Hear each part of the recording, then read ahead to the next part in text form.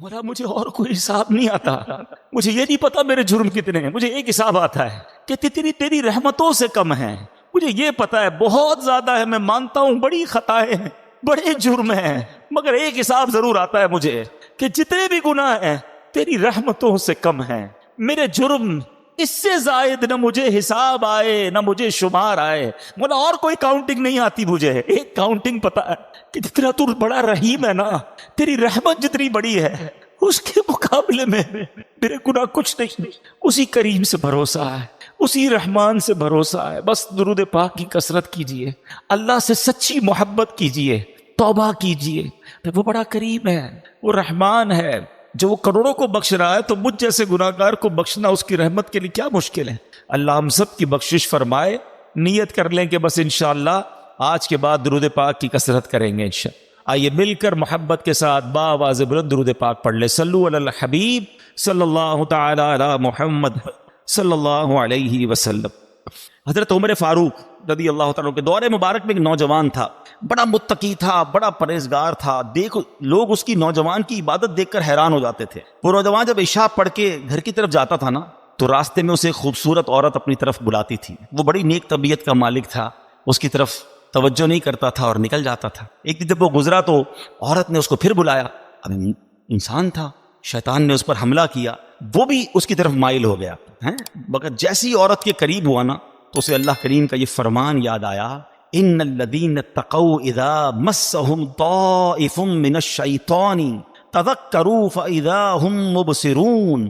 بے شک پرہیزگاروں کو جب شیطان کی طرف سے کوئی خیال آتا ہے تو وہ فوراً حکم خدا یاد کرتے ہیں، پھر اسی وقت ان کی آنکھیں کھل جاتی ہیں۔ اس آیت کریمہ کے یاد آتے ہی اس کے دل پر ایسا اللہ کے خوف کا غلبہ پیدا ہوا کہ خوف الہی سے کانپتے کانپتے وہ بے ہوش ہو گیا۔ جب بڑی دیر ہو گئی گھر نہیں پہنچا تو اس کا بوڑھا باپ ڈھونڈنے نکلا تو دیکھا کہ نوجوان تو راستے میں بے ہوش پڑا ہوا ہے۔ اس کو اٹھایا، اپنے گھر لایا۔ اس کو جب ہوش آیا تو اس نے پھر اپنے والد کو واقعہ سنایا۔ واقعہ سناتے سناتے پھر اسے آیت کریمہ یاد آئی۔ پھر وہ آیت کریمہ اس نے پڑھی تو اس کی زوردار چیخ نکلی اور اس کا دم ہی نکل گیا۔ حضرت عمر فاروق رضی اللہ تعالیٰ کو اس نوجوان کے بارے میں پتہ چلا کہ ایسا نوجوان اتنا خوف خدا والا، اور اللہ کے خوف سے اس کا انتقال ہو گیا۔ آپ اس کی قبر پر آئے اور یہ آیت کریمہ پڑھی، وَلِمَنْ خَافَ مَقَامَ رَبِّهِ جَنَّتَانِ، جو اپنے رب کے حضور کھڑے ہونے سے ڈرے اس کے لیے 2 جنتیں ہیں۔ حضرت عمر فاروق جب یہ آیت پڑھی نا تو قبر میں سے اس نوجوان نے جواب دیا، اے امیر المومنین، میرے رب نے بے شک مجھے 2 جنتیں عطا فرما دی۔ ہاں، جب رب بخشنے پہ آتا ہے نا تو کریم ہی جو ٹھہرا تو کرم کے کیا ٹھکانے، تو نوازنے پہ آئے تو نواز دے زمانے۔ بات یہ ہے کہ اللہ سے دوستی بندہ کر لے، اللہ کا خوف تو دل میں رکھے نا۔ چھپ چھپ کر گناہ ہو رہے ہیں، اللہ کو ناراض کیا جا رہا ہے، موج مستی ہو رہی ہے، اللہ کی بارگاہ میں پیش ہونے کی فکر ہی نہیں ہے، یہ نہ کرو۔ تو اب سچی توبہ کر لیجئے، اپنے گناہوں سے معافی مانگ لیجئے، اللہ کے قریب ہو جائیے، اور یقین کریں اللہ معافی مانگنے والوں کو بڑا پسند فرماتا، وہ ایسے نوازتا ہے نا، آئے ہائے۔ ابھی آپ نے ایک واقعہ سنا، ایک اور واقعہ سنا آپ کو، پھر بیان کمپلیٹ کرتے ہیں۔ ایک کسائی تھا، قصاب، ٹھیک ہے، اور اس کی ایک پڑوس کے اندر ایک خادمہ تھی، کام کرنے والی تھی، وہ اس کو بڑی پسند تھی، اس کی نیت اس کے بارے میں خراب تھی۔ تو ایک دن وہ کہیں جا رہی تھی تو یہ بھی اس کے پیچھے پیچھے ہو لیا۔ جب قریب پہنچا تو وہ خادمہ کہتی کہ دیکھو میرے قریب مت آؤ، دل تو میرا بھی تمہاری طرف مائل ہے، مگر یہ کام جو ہے نا یہ اللہ کو پسند نہیں ہے، اللہ کا خوف کرو، مجھے اللہ سے ڈر لگتا ہے۔ اس نے سوچا کہ جب تم خادمہ ہو کر، ایک غریب عورت ہو کر اللہ سے ڈر رہی ہو، مجھے زیادہ ڈرنا چاہیے۔ اس نے اس عورت کو چھوڑ دیا اللہ کے ڈر سے، کوئی دیکھنے والا نہیں تھا، they were both alone there، مگر اللہ کے خوف سے چھوڑ دیا۔ لیکن اب جب واپس آنے لگا نا تو راستے میں بڑی گرمی تھی، پانی دور دور تک نہیں تھا، پیاس سے نڈھال ہو گیا، اس سے مرنے کے قریب ہو گیا۔ تو ایک اور شخصیت وہاں سے گزرے، کہا آپ کون ہیں؟ کہ میں فلاں نبی کا قاصد ہوں۔ ایک نبی علیہ السلام کے ساتھ رہتے تھے اور ان کے قاصد تھے، پیغام پہنچاتے تھے، وہ بھی پیاسے تھے۔ کہا آپ کا حال کیا؟ کہ میں بھی بالکل پیاسا ہوں۔ کہا چلیں حضور دونوں مل کے دعا کرتے ہیں۔ تو وہ جو نبی علیہ السلام کا قاصد تھا کہ تم بھی دعا کرو، میں بھی دعا کرتا ہوں۔ کہا میں تو گناہ گار آدمی، کسائی، آپ اللہ کے نبی کے ساتھ رہتے ہیں، آپ دعا کریں۔ انہوں نے دعا کی، انہوں نے آمین کہنا شروع کی۔ تھوڑی دیر ہوئی تو ایک بادل آیا، بڑا کالا سا، بڑا ٹھنڈی ہواؤں والا۔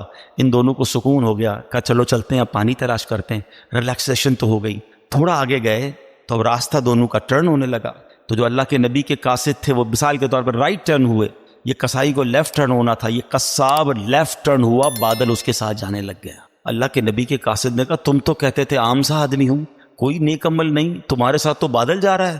کہ واقعی کوئی نیک عمل نہیں ہے، بس آج ایک واقعہ ہوا، گناہ کرنے جا رہا تھا، میں تو غلط آدمی ہوں، برا کام کرنے گیا تھا، ہاں یہ بات ضرور ہے کہ موقع ملا تو اللہ کا خوف آ گیا، میں اس لیے پیچھے آ گیا۔ وہ اللہ کے نبی کے قاصد کہتے ہیں کہ توبہ کرنے والوں پر رب ایسے ہی انعام فرماتا۔ آئے ہائے، ہم گناہ کریں، اسے ناراض کریں اور توبہ کر لیں تو وہ کیسے معاف فرماتا ہے۔ حضرت موسیٰ علیہ السلام کے دور کا ہی واقعہ ہے نا، ایک گاؤں میں بارش نہیں ہو رہی تھی، گاؤں والوں نے کہا کہ چلو مل کے دعا کرتے ہیں، حضرت موسیٰ بھی ہیں، کلیم اللہ بھی ساتھ ہے، 70,000 لوگ جمع ہو گئے، دعا شروع ہوئی، حضرت موسیٰ دعا کرا رہے، ایوری بڈی ایکسپیکٹنگ کہ اللہ کے نبی ساتھ ہے، کلیم اللہ ہے، بارش تو ہونی ہے، اتنا بڑا مجمع ہے، نو رین، نو کلاؤڈ، بالکل کلین اسکائی۔ حضرت موسیٰ نے کہا یا اللہ میں دعا کر رہا ہوں، اتنے لوگ آمین کہہ رہے ہیں، بارش نہیں ہو رہی۔ فرمایا موسیٰ اس پورے مجمع میں ایک بندہ ہے جو پچھلے 40 سال سے مجھے ناراض کر رہا ہے، جب تک وہ بندہ اس مجمع میں ہے نا بارش نہیں ہونی۔ تو حضرت موسیٰ نے کہا کہ یا اللہ میں اس بندے تک کیسے یہ بات پہنچاؤں؟ کہ تو کھڑے ہو کر اعلان کر، تیرا کام آواز لگانا پہنچانا میری ذمہ داری ہے۔ حضرت موسیٰ کھڑے ہو گئے، آپ نے کروایا اے وہ شخص جو 40 سال سے اللہ کی نافرمانی کر رہا ہے، تیری وجہ سے بارش نہیں ہو رہی تو نکل جائے اس مجمع سے۔ اب وہ بندہ تو تھا اس کے اندر، اب وہ کبھی دائیں دیکھے کبھی بائیں دیکھے کہ شاید کوئی کھڑا ہو جائے گا، شاید کوئی نکلے گا، کوئی نہیں نکلا۔ وہ سمجھ گیا بات میری ہو رہی ہے، اب وہ سوچنے لگا کہ میں کھڑا ہو گیا تو پورے شہر کو پتہ چل جائے گا کہ میں ہی وہ گناہ گار ہوں۔ اس نے پتہ کیا کیا، چادر اوڑی اور اللہ کی بارگاہ میں کہتا یا اللہ آج ذلیل ہونے سے بچا لے، میں ہی وہ شخص ہوں، مانتا ہوں میں نے بڑے گناہ کیے مگر مولا آج میں ذلیل ہو جاؤں گا۔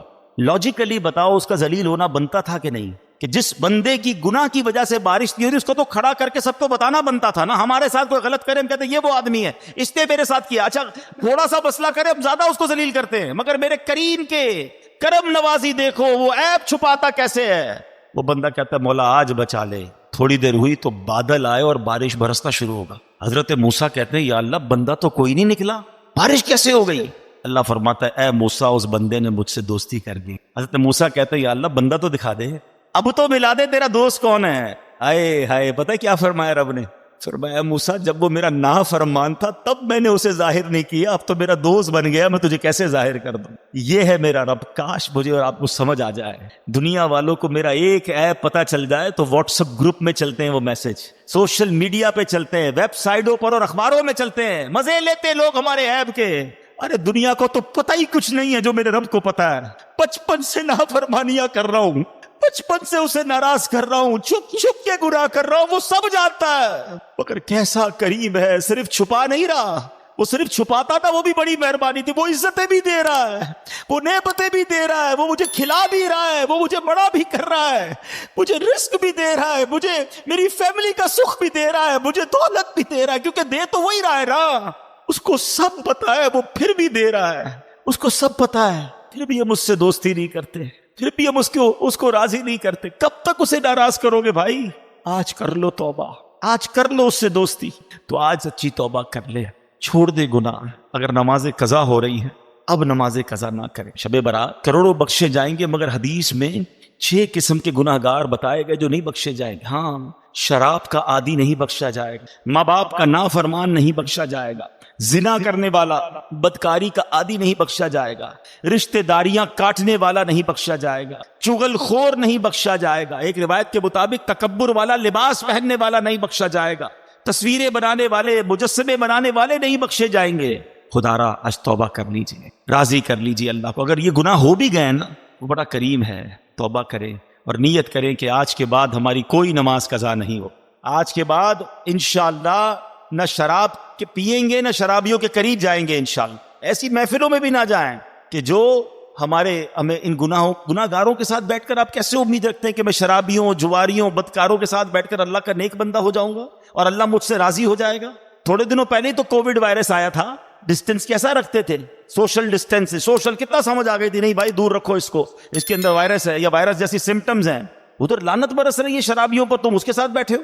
جو بدکار ہیں، جو جوئے کھیل رہے ہیں، آپ کہتے ہیں میں نہیں پیتا میں بیٹھتا ہوں، کیوں بیٹھنا ہے ان کے ساتھ؟ جدھر میرا رب ناراض ادھر اس کے ساتھ میں نے کیوں بیٹھنا ہے؟ اچھی محفلوں میں آیا کریں، اچھے لوگوں میں بیٹھا کریں، دعوت اسلامی کا ماحول آپ کے سامنے، جو الحمدللہ ہمیں اللہ کی رحمت سے ہمیں نیک لوگوں کے ساتھ بیٹھ کر سدھرنے کا موقع ملتا ہے۔ اور قبر اگر روشن کرنی ہے نا، آج قبر کی بات ہو رہی ہے نا، تو قبر روشن کرنے کے لیے سب سے پہلی چیز عقیدہ ہے۔ اللہ پاک سے متعلق، رسولوں، صحابہ، اہل بیت سے متعلق، اولیاء کرام کے بارے میں سب عقیدہ بالکل ہمارا قرآن و سنت کے مطابق ہونا چاہیے.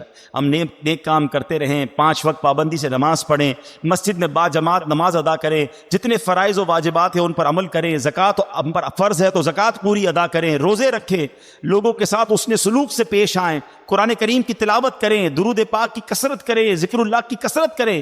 انشاءاللہ یہ سارے کام قبر روشن کرنے والے کام ہیں. اور سبحان اللہ ایک اور بڑا پیارا عمل ہے، حدیث پاک میں آیا ان الصدقہ لتطفئ علی اہلھا حر القبور، بے شک صدقہ کرنے والوں کو صدقہ قبر کی گرمی سے بچاتا ہے. وانما یستظل المؤمن یوم القیامۃ فی ظل صدقتہ، اور بلا شبہ مسلمان قیامت کے دن اپنے صدقے کے سائے میں ہوگا. خوب صدقہ و خیرات کرنا چاہیے. حدیث پاک میں آتا ہے صدقہ برائیوں کے 70 دروازوں کو بند کرتا ہے. صدقہ دینے والا قیامت کے دن اپنے صدقے کے سائے میں ہوگا. صدقہ گناہوں کو ایسے مٹا دیتا ہے جیسے آگ پانی کو بجھا دیتا ہے. تو ان مہینوں میں اللہ کی راہ میں خرچ کریں، اپنے غریب مسلمانوں پر خرچ کریں، اپنے رشتہ داروں پر خرچ کریں، اپنے ملازمین پر ذرا تھوڑی سی آسانی کریں. اچھا ہم ایک بڑا جملہ آج کہنے لگ گئے، بھائی مشکل ہو تو مجھ سے مانگ لینا، چاہیے ہو تو مجھے بتا دینا. سفید پوش آدمی بتائے گا نہیں آپ کو. میں آپ کو ایک فارمولہ بتا دیتا ہوں، ویسے آپ کو بھی پتا ہے لیکن شاید وہ سمجھنے کے لیے لوگ تیار نہیں ہیں. جس کی بھی اس وقت 40-50 ہزار سے کم آمدنی ہے نا، وہ بیچارہ ہینڈ ٹو ماؤتھ ہی ہے. وہ نہ بھی بتائے تو آپ اس کو دے دیں، اس کو ضرورت ہے. یعنی ہم کیوں یہ کہتے ہیں کوئی مجھے مانگے تب میں دوں گا، آپ مانگنے پر مجبور کر رہے ہیں. آپ کو اور مجھے رب بن مانگے نہیں دے رہا. آپ یہ بنو نا. ہم سحری افطاریاں بہت سارے لوگ مسجدوں میں کراتے ہیں، میں کہتا ہوں کرانا چاہیے، لیکن آپ سوچیں مسجد میں نمازی پھر بھی سحری افطاری میں بہت اچھا کھا لیتے ہیں. کئی ہماری بہنیں مسجد میں تو نہیں آ سکتی نا، ان کے گھر میں کیا بنتا ہوگا. اب گھروں میں پہنچانے کی عادت بنائیں. گھروں روڈوں پہ سحری افطاری ہو رہی ہے ٹھیک ہے، لیکن اس سے زیادہ ضروری ہے کہ آپ بغیر بتائے کسی کے دروازے پر آپ کے، میں کہتا ہوں ڈھونڈنے کی بھی ضرورت نہیں ہے. آپ کے اپنے ملازمین دیکھ لو یار، آپ کے اپنے رشتہ دار دیکھ لو، اپنے پڑوسی دیکھ لو. 40,000 سے جس کا اسکیل 50,000 سے نیچے ہے نا، آپ اس کو راشن بھیجو گے وہ خوشی خوشی رکھ لے گا. یہ پچھلے دنوں کی بات ہے، ایک بھائی بتا رہے تھے ہم راشن بانٹ رہے تھے تو ایک بندہ آیا اور اس راشن بانٹنے والے کو کہتا ہے میں اپنے داماد کے ساتھ آیا ہوں اس لیے ابھی تو میں آپ سے راشن نہیں مانگ رہا، میں تھوڑی دیر بعد آؤں گا تو مجھے دے دینا. اور اس نے دیکھا کہ وہ چھوٹی کون سی گاڑی ہوتی ہے FX، بولے اس گاڑی میں آیا تھا حالانکہ، مگر اس کو بھی راشن کی ضرورت تھی. سب لوگ ہینڈ ٹو ماؤتھ چل رہے ہیں کہ غریب آدمی کے پاس فروٹ لینے کے پیسے نہیں ہیں. ہم میں سے کئی لوگ ہیں جن کے گھر میں روز فروٹ آتا ہے، شاید روز گوشت اور چکن بنتا ہے. ہمیں تو شاید گوشت اور چکن کا دام بھی نہیں پتا، ہم میں سے کئی لوگ وہ ہیں. مگر پوچھیں نا غریب آدمی سے، ہفتہ گزر جاتا ہے، اس کے گھر میں بھی روزہ ہو رہا ہے، اس کے گھر میں بھی افطار ہو رہی ہے. یہ وقت ہے جنت کمانے کا، یہ وقت ہے نیکیاں کمانے کا. آپ ایسے گھروں میں آپ لفافہ بنا کے پیسے بھجوا دیں، کوئی مسئلہ نہیں، 15-20 ہزار پہ بھجوائیں گے وہ، آپ زکوٰۃ نہیں تحفہ کہہ کے بھیج دیں، لیکن انشاءاللہ آپ دیکھیں گے چہروں پہ مسکراہٹیں آئیں گی. لوگوں کی عید اچھی ہوگی، لوگوں کی رمضان اچھی ہوگی. یہ وقت ہے اور یہ صدقہ ہماری قبر کو روشن کرے گا. ہمیں انشاءاللہ ان دکھیارے مسلمانوں کی مدد کریں گے، نہ جانے ہمارے کتنے غم دور ہو جائیں گے. اور پھر ایک اور پرابلم، ہم جو بچ جاتا ہے وہ کیوں بانٹتے ہیں؟ کھانا بچ گیا تو غریب کو دے دیں. اس بار ایک پلان کیجئے گا، آپ بے شک 100 آدمی کو افطار نہ کرائیں. آپ اپنے گھر میں جو افطار کرتے ہیں نا، سب سے پہلے آپ کی افطار سے پہلے افطار نکالیں اور وہ اپنے ملازم کو دیں. وہی افطار وہ پہلے کھائے، آپ کے ساتھ یا تو بیٹھ کے کھائے یا کم از کم وہ تو کھائے جو آپ کھا رہے ہیں. ہم جو بچتا ہے وہ اس کو کھلاتے ہیں، جو پھینکنے کا ہوتا ہے وہ کپڑا دیتے. نہیں، اللہ ہمیں کیسا دے رہا ہے اور ہم اللہ کی راہ میں کیسا دے رہے ہیں. 4 پارے کی پہلی آیت ہے لن تنالوا البر حتی تنفقوا مما تحبون. تم اس وقت تک بھلائی کو نہیں پہنچ سکتے جب تک اپنی پیاری چیز اللہ کی راہ میں خرچ نہ کرو. بیسٹ دو، بہترین دو. ایک بزرگ تھے، ان کو اچھا بھروسہ بھی بڑا تھا، یہ اللہ کرے وہ بلیف بھی ہمیں مل جائے. وہ کہتے ہیں کہ ان کے گھر میں کوئی فقیر آیا پیسے لینے کے لیے، تو اپنی زوجہ کو کہا کہ کچھ ہے، تو اس نے کہا 4 انڈے ہیں صرف کھانے کے لیے، 4 ہی انڈے، کہ چاروں دے دو. 4 دے دیے. جب 4 دے دیے تو کہا تھوڑی دیر میں انشاءاللہ آ جائیں گے. اتنا بھروسہ تھا. تھوڑی دیر ہوئی تو دروازہ کھٹکھٹایا گیا. ایک بندہ آیا، ایک ٹوکری دے کر گیا. زوجہ سے کہا ذرا دیکھو کیا ہے. کہا کسی آپ کے دوست نے تحفہ بھجوایا ہے. کہا کیا ہے؟ کہا انڈے ہی ہیں. کہ چیک کرو کتنے. کہا 30 ہیں. کہا 30 کس حساب سے آئے؟ دیے تو 4 تھے، ایک کے 10 آنے چاہیے. لیول آف بلیف، عقیدہ کتنا مضبوط تھا. 40 آنے چاہیے، کتنے؟ کہ 30 ہیں. دوبارہ گنو. کہتی حضور ہیں تو 40 مگر 10 ٹوٹے ہوئے ہیں. 30 پورے ہیں، 10 ٹوٹے ہوئے ہیں. کہا سچ سچ بتاؤ جو تم نے 4 دیے تھے اس کی کنڈیشن کیا تھی؟ کہا حضور ہم نے بھی جو 4 دیے تھے نا، 3 پورے تھے، 1 ٹوٹا ہوا تھا. بات آئی سمجھ؟ پورے دو گے برے ملیں گے، ٹوٹے دو گے ٹوٹے ملیں گے. اب سمجھ جاؤ دیتے کیا ہو. بچا ہوا ہے پھینکنے والا، وہ اللہ کی راہ میں دینا ہے. پھر کیا ایکسپیکٹ کرو گے؟ ارے دو نا دل کھول کے بہترین، سب سے اچھا اللہ کی راہ میں دو. دوبارہ جملہ یاد کر لو، پورے دو گے پورے ملیں گے، ٹوٹے دو گے ٹوٹے. ہم تو جو بچتا ہے وہ اللہ کی راہ میں دینا ہے. بلکہ اتنا پتہ نہیں دنیا سے محبت اتنی ہو گئی ہے. ابھی اگر مسجد کے لیے اعلان ہو نا چندہ دیں، چلو سخاوت کا آج ذہن بن بھی گیا بھائی 100 روپے دینے 500 روپے دینے. پرس نکالا، 2 100 کے نوٹ ہیں، ایک کڑک والا ایک پرانا پھٹنے والا. سچ بتاؤ مسجد کے ڈبے میں کون سا ڈالتے ہیں؟ کیوں؟ پرانا نیا والا 102 کا نہیں ہے، وہ بھی 100 کا ہے. اللہ کی راہ میں دینا نا، وہ یار یہ والا دے دو یار، یہ نکالو. کمال ہے. اپنے بچے کے لیے برانڈڈ چیز لینی ہے، اللہ کی راہ میں پھینکنے والی چیز دینی ہے. اللہ دل دیکھتا ہے. اللہ کو تھوڑی چاہیے ان چیزوں کی، اللہ کی بارگاہ میں تھوڑی جاتی ہے میری چیزیں. وہ دل دیکھ رہا ہے کہ یہ بندہ جب بھی میری راہ میں خرچ کرتا ہے جو اس کے کام کا نہیں وہ خرچ کرتا ہے. کہیں ایسا نہ ہو کہ اپنی رحمتوں کو وہ روک لے. جب وہ بے گنے دے رہا ہے، میری اوقات سے بڑھ کر دے رہا ہے، تو بانٹو نا. بھائی زکوٰۃ پوری ہو گئی، بھائی ہم نے حساب کر لیا اب اور نہیں دینے. ارے بھائی نیکی کا کام آیا دے دو، کوئی بات نہیں، اللہ بھی تو دے رہا ہے. زکوٰۃ سے اوپر دینا منع تو نہیں ہے، صدقہ دینا منع تو نہیں ہے، تو خرچ کیا کریں. حضرت وہاب بن منبہ کہتے ہیں کہ حضرت ابراہیم خلیل اللہ علی نبینا علیہ الصلوۃ والسلام، ٹھیک ہے، یہ اللہ کے خلیل، اللہ کے دوست. اور اللہ اکبر، موضوع میرا آج نہیں ہے لیکن باتیں ذہن میں آتی جا رہی ہیں. میرے بچے بھی ہیں، ینگسٹر بھی ہیں، حضرت ابراہیم علیہ الصلوۃ والسلام کو ضرور پڑھیں. He is one of the amazing personality of the history of universe. کمال شخصیت ہیں. حضرت ابراہیم کی بہت ساری شانیں ہیں، مگر جو کمال کی بات میں آپ کو بتاؤں کہ چار جو آسمانی مذاہب ہیں نا، ان چاروں مذہبوں میں حضرت ابراہیم کا ادب ہے، آپ کا احترام ہے، وہ تمام آپ کو مانتے ہیں. نمبر 1. نمبر 2، آپ ابو الانبیاء ہیں. حضرت ابراہیم کے بعد جتنے نبی آئے وہ سب آپ کی اولاد میں سے ہیں، اس لیے آپ کو ابو الانبیاء بھی کہا جاتا ہے. بہرحال اب حضرت ابراہیم علیہ السلام کو حکم ملا کہ رخت سفر باندھیں، دنیا کا سفر کریں اور ہمارے عجائبات دیکھیں، اللہ کی قدرت کے نظارے دیکھیں. تو آپ نے رخت سفر باندھا اور روانہ ہو گئے. تو چلتے چلتے جب آپ ساحل سمندر کے قریب پہنچے تو وہاں آپ کو ایک غلام دکھائی دیا جو بکریاں لیے جا رہا تھا. حضرت ابراہیم علیہ السلام نے اس سے پوچھا کہ اے غلام، کیا تمہارے پاس پانی یا دودھ ہے؟ تو عرض کیا جی ہے، جو آپ کہیں آپ کو پیش کر دوں گا. آپ کو کیا چاہیے آپ بتائیے، پانی چاہیے یا دودھ چاہیے؟ تو حضرت ابراہیم نے کہا کہ پانی پلا دو. اس نے اپنا ڈنڈا اٹھایا اور قریبی چٹان کے پاس گیا، وہاں رک کر کچھ بولا. چٹان پر اس نے اپنا عصا مارا تو چٹان سے پانی کا چشمہ جاری ہو گیا. حضرت ابراہیم کو اس نے پانی بھر کے پانی پلا دیا. اچھا، حضرت ابراہیم نے بھی اپنا تعارف نہیں کرایا تھا کہ آپ کون ہیں. آپ نے پانی پیا اور حیرت سے غلام کو دیکھنے لگے.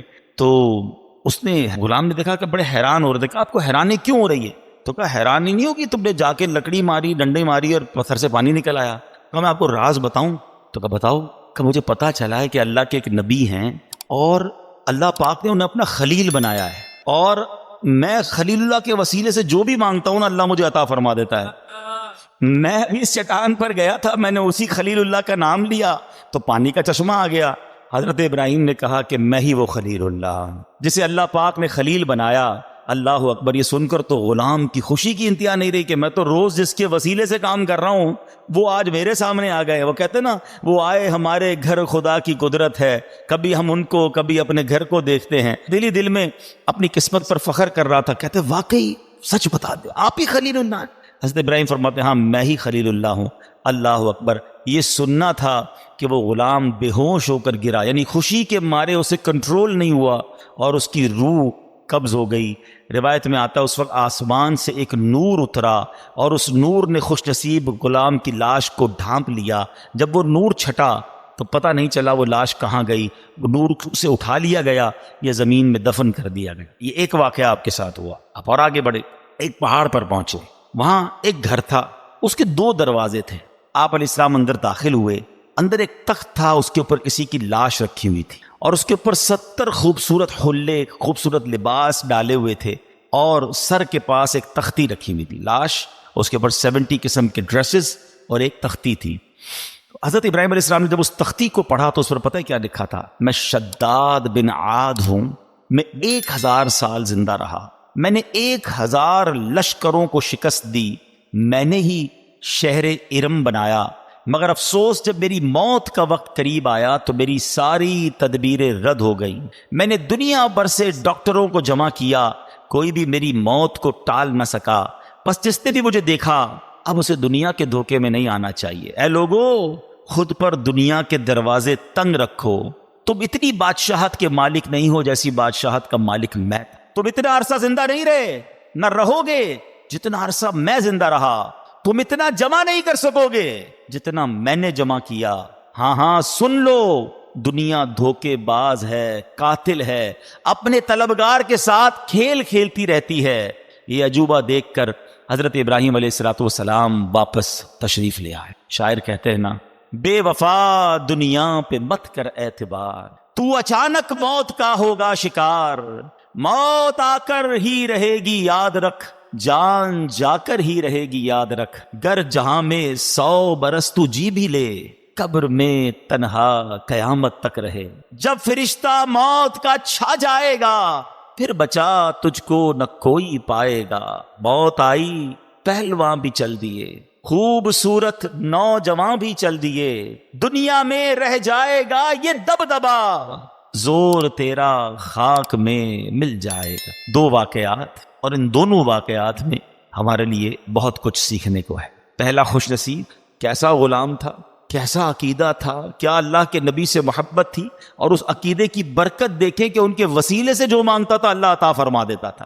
ایکچولی یہ جو دعائیں ہیں نا، ان دعاؤں میں جو مین چیز ہوتی ہے نا، وہ آپ کا بلیف کا اسٹینڈرڈ کتنا ہے، لیول بلیف کیا ہے. اس کو محبت اتنی تھی حضرت ابراہیم سے، بھروسہ اتنا تھا اللہ پر کہ میں خلیل اللہ کا وسیلہ جب اللہ کی بارگاہ میں پیش کروں گا، اللہ میری مشکلیں ٹال دے گا، میری مصیبتیں حل کر دے گا.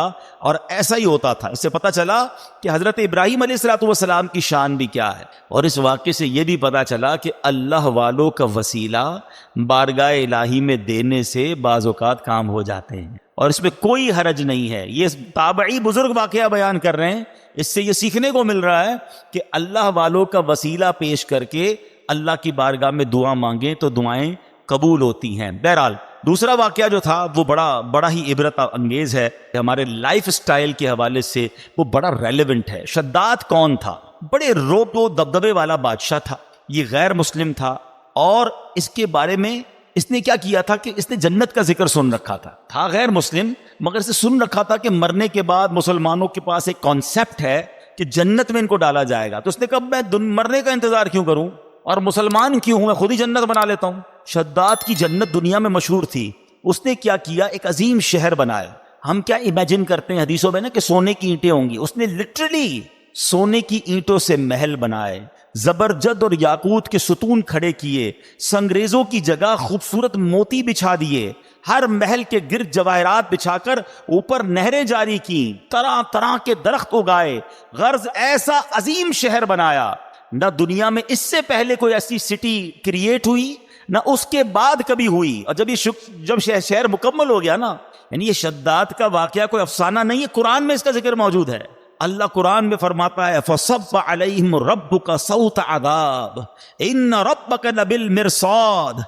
تو ان پر تمہارے رب نے عذاب کا کوڑا برسایا، بے شک تمہارا رب یقیناً دیکھ رہا ہے. اللہ اکبر. اتنی دولت، اتنا مال، مگر ہوا کیا کہ شداد اس شہر میں قدم بھی نہیں رکھ سکا. جب وہ کریٹ ہو گیا، جب اس کی اوپننگ سیریمنی کا وقت آیا، شداد کو بلایا گیا کہ جناب اب آپ نے اس شہر میں داخل ہونا ہے جو آپ نے جنت دنیا میں بنائی ہے. مگر اس سے پہلے اسے موت نے آ دی. جہاں میں ہے عبرت کے ہر سو نمونے، مگر تجھ کو اندھا کیا رنگ و بو نے. کبھی غور سے بھی یہ دیکھا ہے تو نے، جو آباد تھے وہ محل اب ہیں سونے، جگہ جی لگانے کی دنیا نہیں ہے. یہ عبرت کی جا ہے، تماشا نہیں ہے. ایسے کئی واقعات آپ نے بھی دیکھے ہوں گے، اپنی لائف میں دیکھے ہوں گے. بڑی تیاری کرتا ہے انسان، بڑی پلاننگ کرتا ہے، ابھی یہاں پہنچنا ہے، ابھی یہ گھر کمپلیٹ کروں گا، ابھی یہ بلڈنگ بنا لوں گا، ابھی بزنس سیٹل کروں گا، ابھی فلاں ملک پہنچ جاؤں گا، اور اچانک اس کی زندگی کا وقت پورا ہو جاتا ہے. آپ کو پتہ ہے شب برات جو رات ہے، وہ رات کون سی رات ہے کہ اس رات فیصلے ہونے ہیں. اس رات یہ لکھا جانا ہے. جی ہاں، روایتوں میں مضمون ملتا ہے کہ یہ وہ رات ہے کہ جس رات یہ ڈیسیشن لیا جائے گا کہ اگلے سال کس نے مرنا ہے. یہ وہ رات ہے جس رات فیہا یفرق کل امر حکیم. قرآن کہتا ہے اس رات پہ ہر حکمت والا کام بانٹ دیا جاتا ہے. نصف شعبان کی جب رات آتی ہے نا، حضرت عطا بن یسار فرماتے ہیں کہ 15th نائٹ آف شعبان جب رات آتی ہے تو حضرت ملک الموت کو ایک چھوٹی کتاب، ایک صحیفہ دیا جاتا ہے، حکم دیا جاتا ہے اس میں جن کے نام لکھے ہیں ان کی روح اس سال قبض کر لینا. یہ ڈیوٹی دے دی جائے گی کہ اس اگلے سال میں کس نے دنیا سے جانا ہے. وہ آپ فرماتے ہیں آدمی شادی بیاہ میں مصروف ہوتا ہے، گھر کی تعمیر و ترقی میں لگا ہوتا ہے، جبکہ اس کا نام مردوں کی فہرست میں لکھا جا چکا ہوتا ہے. بے وفا دنیا پہ مت کر اعتبار، تو اچانک موت کا ہوگا شکار. موت آ کر ہی رہے گی یاد رکھ، جان جا کر ہی رہے گی یاد رکھ. ذرا تھوڑا سا امیجن کرو نا، 2023 شب برات میں ہمارے ساتھ کچھ لوگ تھے جو آج نہیں ہیں. اٹ مینز ان کا نام اس رات ڈیسائیڈ ہو چکا تھا اور وہ ڈیلیور کر دیا گیا تھا. ہمیں نہیں، ان کو بھی نہیں پتا تھا، ہمیں بھی نہیں لگتا تھا یار یہ تو آس پاس ہی رہتے ہیں یار، یہ کدھر جائے گا. مگر he is not with us right now. کہاں ہے؟ اپنی قبر میں. اگلی شب برات پھر آنی ہے. ہو سکتا ہے پھر مسجد میں اجتماع ہوگا، ہو سکتا ہے میں نہ ہوں، ہو سکتا ہے آپ نہ ہوں. کس بات کا غرور ہے یار؟ کس بات کی پلاننگ ہے؟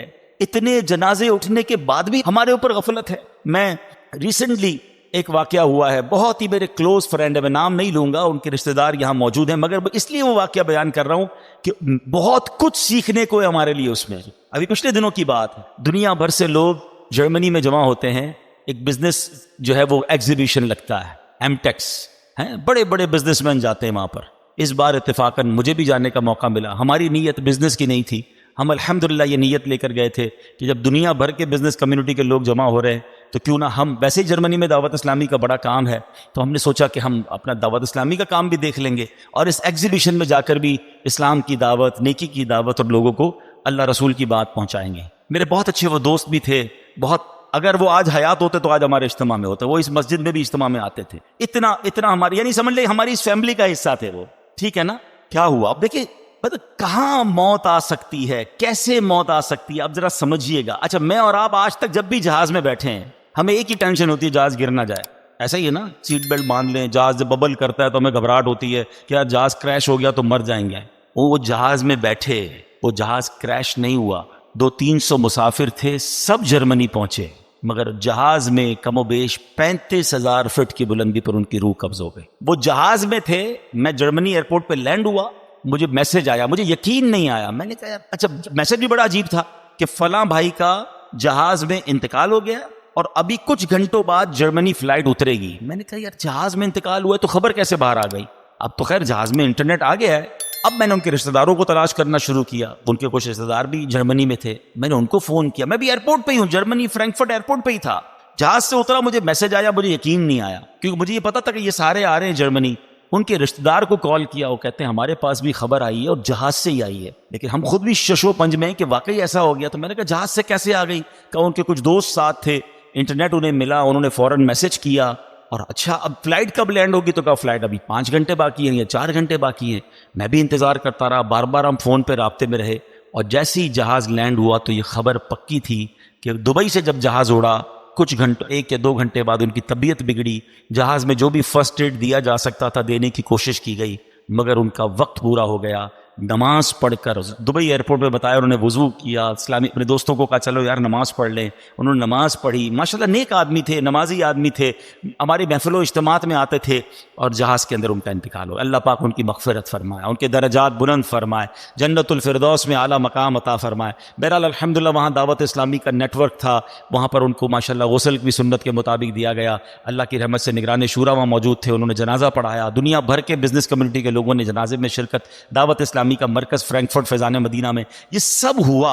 مطلب یوں دیکھا جائے تو آخری جو فیونرل تھا یا آخری جو ان کے جو رسمیں تھی وہ تو بہترین ہو گئی، لیکن ہم سب کو وہ ایک پیغام دے کر گئے، جگہ جی لگانے کی دنیا نہیں، یہ عبرت کی جا ہے تماشا نہیں. اب بھی اگر مجھے اور آپ کو احساس نہیں ہوگا کہ میں کبھی بھی مر سکتا ہوں، یعنی پلان اتنے سارے کرنے والا کیوں نہیں سوچتا آگاہ اپنی موت سے کوئی بشر نہیں، سامان 100 برس کا ہے، پل کی خبر. آپ میں سے بہت سارے لوگ قبرستان گئے ہوں گے، جانا چاہیے. شب برات سنت ہے قبرستان، رشتہ داروں کی قبریں ہوتی ہیں، مرحومین کی قبریں ہیں، جانا چاہیے، فاتحہ پڑھنی چاہیے. لیکن 2 باتیں قبرستان کے حوالے سے بھی عرض کروں. قبرستان جب بھی جائیں، اگر آپ کی کسی ریلیٹیو کی قبر ہے اور وہ قبر ایسی جگہ پر ہے کہ جہاں آپ کو کئی قبریں پھلانگ کر پیر رکھ کے وہاں جانا پڑے گا، تو پھر نہ جائیں. کیونکہ قبر پر پیر رکھنا ناجائز ہے، بلکہ ایسے راستے پر چلنا جس کے بارے میں یہ گمان ہو کہ یہاں پہلے قبریں تھیں اب راستہ بنایا گیا، وہاں بھی چلنا حرام ہے، تو نہ جائیں. ٹھیک ہے، آپ باہر ہو کے فاتحہ پڑھ لیں، انشاءاللہ آپ کی حاضری ہو جائے گی. السلام علیکم یا اہل القبور یغفر اللہ لنا ولکم وانتم سلفنا ونحن بالاثر. بڑی پیاری دعا ہے. اس دعا کا معنی بھی بڑا عبرت والا ہے. بات پتہ ہے کیا ہے، ہم دعائیں پڑھتے ہیں اس کا معنی نہیں پتا ہوتا. اگر صرف اس ایک دعا کو سمجھ جاؤ نا تو جو میں بیان کر رہا ہوں آپ کو سمجھ آ جائے گا. دعا کیا ہے یاد بھی ہوگی آپ کو. السلام علیکم یا اہل القبوری، کیا معنی ہے؟ اے قبر والوں تم پر سلام ہو. یغفر اللہ لنا ولکم، اللہ تمہاری اور ہماری مغفرت فرمائے. وانتم سلفنا ونحن بالاثر، تم پہلے چلے گئے ہمیں پیچھے آنا ہے. یہ پیغام ہے اس دعا میں کہ قبریں دیکھ کر یاد کرو کہ یہ چلے گئے اب تم نے جانا ہے. قبرستان جاتے ہیں پھر بھی چہرے پہ ہنسی ہے، پھر بھی انجوائمنٹ ہے، پھر بھی موبائل فون ہے. قبر کی کسی کو تدفین ہو رہی ہوتی ہے نا تو باہر وہاں بیٹھ کے سگریٹ پی رہے ہوتے ہیں، گپے لگا رہے ہوتے ہیں، بزنس کی باتیں کر رہے ہوتے ہیں. یار قبرستان جا کر تو یاد کر لو کہ کل میری باری آنے والی ہے. عبرت جس کو کہتے ہیں میسج لینے کا انداز ہی نہیں ہے. ہمارے بزرگان دین کیسے عبرت کے مدنی پھول لیتے تھے، لیکن ہمیں عبرت لینا نہیں آتا ہے. اب ذرا سوچیں. اچھا چلیں اس دعا میں ایک اور بات بھی سیکھ لیجئے. ماشاءاللہ وہی والی بات ہے نا، جو چیز سیکھنے کو مل جائے تو سیکھ لینی چاہیے. تو سیکھنی کیا ہے کہ اس میں کیا میسج ملا. دعا کیا ہے دوبارہ دہرائیے گا. السلام علیکم یا اہل القبوری. واہ بھائی واہ، مسئلہ تو حل ہو گیا اس دعا میں. حدیث پاک کی دعا ہے یہ، مشکات شریف میں دعا موجود ہے. اے قبر والو تم پر سلام ہو. قبرستان میں سارے اللہ کے ولی ہیں؟ بتاؤ نا. سارے ہی صحابہ ہیں، سارے جنتی ہیں. ہمیں کیا پتا ہے، شرابی کی بھی قبر ہے، کبابی کی بھی قبر ہے، نمازی کی بھی قبر ہے، نیک کی بھی قبر ہے، گناہ. اللہ سب کی مغفرت فرمائے. مگر عام مسلمانوں کو حدیث کیا بتا رہی ہے؟ یا اہل القبور، اے قبر والو تمہیں سلام ہو. بڑا سمپل سوال ہے. جب قبر والوں کو یا اہل القبور کہنا دعا سے حدیث سے ثابت ہے، ہم ادھر اگر اللہ کے ولی کو یا غوث اعظم کہتے ہیں تو کیا پرابلم ہے؟ یا رسول اللہ کہتے ہیں تو کیا پرابلم ہے؟ آپ تو گناہ گار کو یا اہل القبور کہنے کی اس دعا میں اجازت ہے. ہم تو اللہ کے نیک بندوں، اولیاء، صحابہ، اہل بیت کو پکارتے، پتہ نہیں کیوں ٹینشن کریٹ کی جاتی ہے. تو یہ چلے ایک مسئلہ بھی میں نے کہا عقیدے کا کلیئر کر دوں. ایک بڑی پیاری دعا آج میں نے بھی پہلی بار پڑھی، اس میں بھی کوئی حرج نہیں ہے، علم ہر بندہ سیکھ رہا ہوتا ہے. اور دعا کیا ہے؟ بسم اللہ الرحمن الرحیم. اللہم رب الاجسادی البالیتی والعظامی النخرتی التی خرجت من الدنیا وہی بکا مؤمنۃ ادخل علیہا روحا من عندکا وسلاما منی. اب اس کا پہلے ترجمہ سنیے گا پھر میں اس کی فضیلت بتاتا. اے اللہ، اے گل جانے والے جسموں اور بوسیدہ ہڈیوں کے رب، جو دنیا سے ایمان کی حالت میں رخصت ہوئے تو ان پر اپنی رحمت فرما اور ان کو میرا سلام پہنچا دے. اچھا یہ دعا جو ہے اس کی جو فضیلت ہے شرح الصدور میں ہے کہ جو بندہ قبرستان میں داخل ہو کر یہ دعا پڑھے تو حضرت آدم سے لے کر دعا پڑھنے کے وقت تک جتنے مسلمان فوت ہوئے یہ سب دعا پڑھنے والے کے لیے دعائیں مغفرت کریں گے. یعنی اربوں مسلمان جو دنیا سے چلے گئے، اس کیونکہ ہم نے سب کے لیے دعا کر دی نا، تو وہ مردے بھی جو دنیا سے چلے گئے، پردہ فرما گئے، وہ ہمارے لیے دعا کریں گے. تو یہ شرح الصدور بڑی کمال کی کتاب ہے، امام جلال الدین سیوطی شافعی رحمۃ اللہ تعالیٰ نے لکھی، اور انہوں نے اس میں یہ دعا لکھی ہے. دیکھیں جہاں ثواب کا موقع ملے، جہاں برکت کا موقع ملے اسے اچیو کرنا چاہیے. فوراً ہی اگر کوئی اسکیم آتی ہے، فلاں بورڈ آتا ہے کہ یار یہاں یہ بار کیا آج کل کہتے ہیں وہ کوڈ یوز کر لو تو آپ کو اتنا % ڈسکاؤنٹ مل جائے گا. بندہ فوراً کوڈ نوٹ کر رہا ہوتا ہے، فوراً پکچر کھینچ لیتا ہے کہ یار یہ والے کوڈ سے یہ والی ویب سائٹ پہ فائدہ ہوگا. میں بھی چھوٹا سا کوڈ ہی بتا رہا ہوں بھائی، اور علماء کرام اور بزرگان دین کی اس کتابوں سے بتا رہا ہوں کہ اس کو پڑھ لو قبرستان میں جا کر. اور دعا ہی ہے نا، اس میں حرج تو کوئی نہیں ہے، تو سب جانے والوں کے لیے دعا ہے. تو بہرحال اللہ کرے کہ ہم اس طرح نیکیاں کمانے کا بھی ہمارے اندر شوق پیدا ہو جاتا. تو بہرحال آج ہماری جو گفتگو چل رہی تھی کہ ہمیں اپنی قبر کی تیاری کرنی ہے، اپنی موت کی تیاری کرنی ہے. شب برات جو ہے نا وہ ہمیں بہت کچھ درس دیتی ہے، اور پھر سب سے زیادہ ہمیں اس بات پر غور کرنا ہے کہ ہمیں اللہ کے خوف کو دل میں پیدا کرنا ہے. حضرت ابو بکر صدیق رضی اللہ، میں آپ کو ان کا واقعہ سناتا ہوں. آپ سے بڑا کون سا صحابی ہے؟ آپ سے بڑھ کر کس کے جنتی ہونے میں شک آپ کر سکتے ہیں؟ یعنی آپ تو قطعی جنتی بھی کیسے ہیں کہ نبی پاک کی زبان سے جنت کی بشارت سنی، بلکہ کتنی بار بشارت سنی. پیارے آقا علیہ الصلوۃ والسلام نے ایک بار پتہ کیا فرمایا؟ دیکھیں کیسا پیار ہے. ایک بار نبی پاک تشریف لائے صحابہ کرام نے، سیدھے ہاتھ میں صدیق اکبر رضی اللہ تعالیٰ کا ہاتھ ہے، بائیں ہاتھ میں حضرت عمر فاروق کا ہاتھ ہے، اور تشریف لائے اور آ کر فرماتے ہیں آج دیکھ لو جیسے آج آئے ہیں محشر کے دن بھی ایسے ہی آئیں گے۔ آئے کیا ساتھ ہے۔ اچھا پھر ایک اور ایمان افروز بات بتاؤں، چلے یہ بھی بہت سیکھنے کو ملے گا۔ ہم انسان کی قبرستان جاتے ہو نا، ایک جملہ سنا ہوگا آپ نے، پہنچی وہیں پہ خاک جہاں کا خمیر تھا۔ یہ محاورہ سنا ہے نا، یہ صحیح محاورہ ہے۔ بندہ دفن وہیں ہوتا ہے جہاں کی اس کی مٹی ہوتی ہے۔ روایتوں میں آتا ہے کہ ہمیں جب بنایا گیا نا، ہم مٹی سے بنے ہیں نا، انسان کو اسی مٹی سے بنایا جاتا ہے جس مٹی میں اس کی تدفین ہونی ہے۔ آپ کے ساتھ کئی بار ایسا ہوا ہوگا۔ پھر ایک مجھے ہمارے اسی طرح کے دوست یاد آ گئے، تھوڑے دنوں پرانی بات ہے، کافی عرصے سے وہ کینیڈا میں رہتے تھے، بڑے بیمار تھے، بڑے مسائل ان کے چل رہے تھے۔ ان کو کہا گیا کہ یار آپ تھوڑے دنوں کے لیے پاکستان بھی آ جائیں۔ وہ پاکستان آئے اور آتے ہی دوسرے دن ان کا انتقال ہو گیا۔ تو سب کہتے تھے یار ان کی مٹی یہاں کی لکھی ہوئی۔ ایسا ہی نا، ایسا آپ کے ساتھ سنا ہوگا، بندہ کہیں جاتا ہے اس کا انتقال ہو جاتا ہے۔ اب یہ بات تو طے ہو گئی، اب ذرا ایمان افروز بات سنیں، صدیق اکبر اور حضرت عمر فاروق کی قسمت پر ہماری جان قربان۔ کہاں پر روزہ ہے ان کا؟ کس کے ساتھ ہے؟ سنہری جالیوں کے پیچھے ہے نا۔ علماء کہتے ہیں جس مٹی سے نبی پاک کو بنایا گیا نا، اسی مبارک مٹی سے حضرت ابوبکر صدیق اور حضرت عمر کی تخلیق ہوئی تھی۔ ان کو تو اس وقت چن لیا گیا تھا، اور وہیں جبھی تو دیکھیں نا روضہ رسول میں پیارے آقا کے محبتوں کا صلہ ایسے کون دیتا ہے، سنہری جالیوں میں یار غار آپ سے ہیں۔ نبی پاک کے ساتھ جلوہ فرمایا تو حضرت ابوبکر صدیق اس قدر بڑا مرتبہ، مگر خوف خدا دیکھو یار، ہم گناہوں سے بھرے ہوئے صبح و شام گناہ کریں اور شرم نہیں آتی، قبر یاد نہیں آتی، اللہ کی بارگاہ میں پیش ہونا یاد نہیں آتا۔ صدیق اکبر کو دیکھیں، فرماتے ہیں کہ آپ نے ایک دن بیٹھے ہوئے تھے، آخرت کے احوال پر غور و فکر کر رہے تھے، خیالوں ہی خیالوں میں قیامت کا منظر آپ کے سامنے آ رہا تھا کہ کیسے آسمانوں کو لپیٹ لیا جائے گا، کس طرح پہاڑ روئی کے گالوں کی طرح ہوا میں اڑیں گے، ستارے جھڑ جائیں گے، ایسے ہولناک انداز میں قیامت قائم ہوگی، پھر محشر کا میدان، میزان عمل، جنت اور دوزخ کا معاملہ۔ آپ غور کر رہے پہ اتنا خوف خدا کا غلبہ ہوا کہ آپ نے تڑپ کر کہا کہ کاش میں سبز گھاس ہوتا، مجھے کوئی جانور کھا جاتا، کاش مجھے پیدا ہی نہ کیا جاتا۔ کون کہہ رہا ہے؟ قطعی جنتی جن کی صدقے جنت میں جائیں گے، حضرت صدیق اکبر۔ لیکن اتنا خوف ہوا نا، تو پھر کیا ہوا؟ آیت کریمہ نازل ہوئی سورہ رحمان میں اور آپ یہ آیت پڑھتے ہیں، مگر سے آیت کے شان نزول میں ایک واقعہ یہ لکھا ہے کہ دس از دا ریزن وائی دس آیت ریویل، یہ آیت نازل ہوئی وَلِمَنْ خَافَ مَقَامَ رَبِّهِ جَنَّتَانِ، جو اپنے رب کے حضور کھڑے ہونے سے ڈرے اس کے لیے 2 جنتیں ہیں۔ یہ جو خوف ہے نا، یہ جو فیئر ہے، یہ جو ڈر ہے، یہ بڑے کام کروا دیتا ہے، سچی توبہ کدھر پہنچا دیتی ہے۔ کتنا بڑا انعام دیا کہ صدیق اکبر رضی اللہ عنہ کا جو یہ خوف تھا جس کی وجہ سے یہ آیت نازل ہوئی، فرمایا آپ کا مقام یہ ہے کہ آپ کے لیے 2 جنتیں ہیں۔ رب نے گویا یہ قرآن میں پیغام دے دیا کہ جو اللہ کی بارگاہ پہ کھڑے ہونے سے ڈرے اس کے لیے 2 جنتیں ہیں۔ اللہ پاک ہمیں عمل کرنے کی توفیق عطا فرمائے، رب کریم ہم سب کی مغفرت فرمائے، ہمارے گناہوں کو معاف فرمائے، ہمارے ماں باپ کو بخش دے۔ بس اللہ سے یہ دعا ہے ہمیں درازی عمر بالخیر عطا کر دے، ہمارے رزق میں برکت عطا فرما، آمین بجاہ النبی الامین صلی اللہ تعالی علیہ وسلم۔